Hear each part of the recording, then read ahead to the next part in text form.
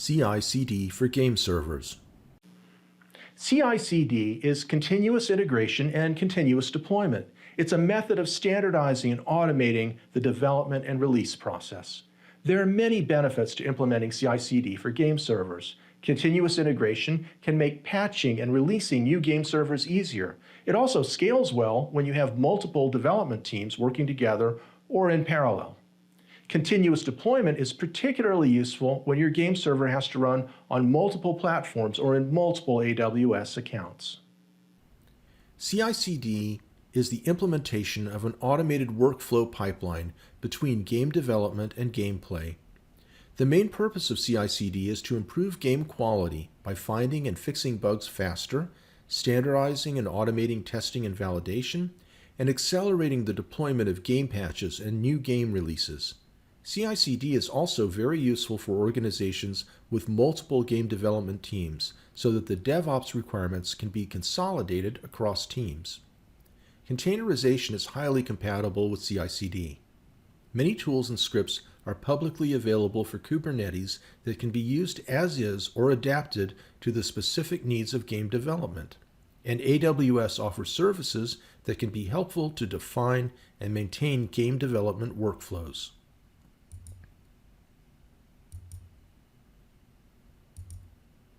Continuous integration begins with game server development. CI implements source code control, automated build process, and unit tests. Here's one example of a way to implement CI. Source control could be Git, GitHub, or AWS code commit. The build process could leverage Docker. You could use AWS code build or Jenkins to automate this activity. The output could be a container with a game server. The game server could be unit tested by running the container on an instance or computer with the Docker runtime or on premises using a Kubernetes cluster. The final container could be stored in Amazon Elastic Container Registry, Amazon ECR, for further use. The second part, CD, can stand for either continuous deployment or continuous delivery. Continuous deployment adds to continuous integration by implementing a staging area. The game server in development is hosted in a test environment. In this environment, automated tests can be run against the game, including integration test, load test, and other game feature testing. If the game server passes these tests, it's automatically deployed to production. Continuous delivery adds a manual approval step to continuous deployment, enabling people to determine whether and when to release the game server. The staging area could consist of either Amazon ECS or Amazon EKS orchestration, with containers running on Amazon EC2 worker nodes or on Fargate. Using containers makes it easier to create a staging environment that realistically reproduces the production environment. Amazon ECS and Amazon EKS can run at global scale. This diagram shows details of the production step. In this case, game server containers and ECR are deployed to Amazon ECS or Amazon EKS clusters in multiple regions. The cluster can be in separate AWS accounts. This can help separate billing and accounting for business management purposes and to comply with local requirements. You can use AWS services to construct a CI/CD pipeline, and it works with the container services you've seen. In this example, AWS Code Pipeline coordinates the workflow. AWS Code Commit is the source code repository. AWS Code Build automates the Docker build of the containers.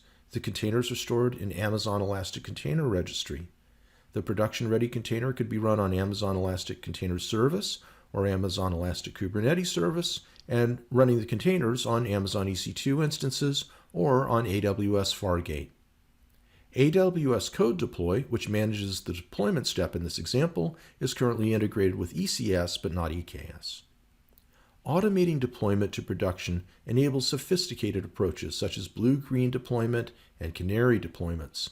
Blue-green deployment is a method of testing production rollout with a sample audience before fully committing to the update for everyone. Canary deployments are a method of early problem detection, giving you time to fix a problem before it spreads to the larger audience.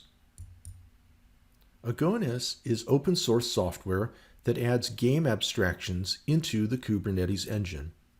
It bridges the platform semantics to the game semantics so that game server hosting can work directly with game servers rather than with containers. Agonis adds awareness to Kubernetes of game servers, game server monitoring, fleets, and auto-scaling of fleets. It's designed to work for hosting multiplayer games and includes built-in methods to help it scale globally. AWS Container Hosting provides a rich variety of game server hosting options. When you compare containers to a game server hosting solution based on EC2 and AWS Core Services, or to using FleetIQ game server groups, the container abstraction maps nicely to the abstraction of a game server, and container orchestration does a lot of the work you would need to implement for game server management and infrastructure management. When you compare containers to Amazon GameLift, containers do a lot less for you, but enable a greater degree of control. Container solutions using EKS are probably the best for on-premises development with portability to cloud deployment and to multiple platform deployments. And containers are a good solution for migration to a continuous integration, continuous deployment approach to game server development.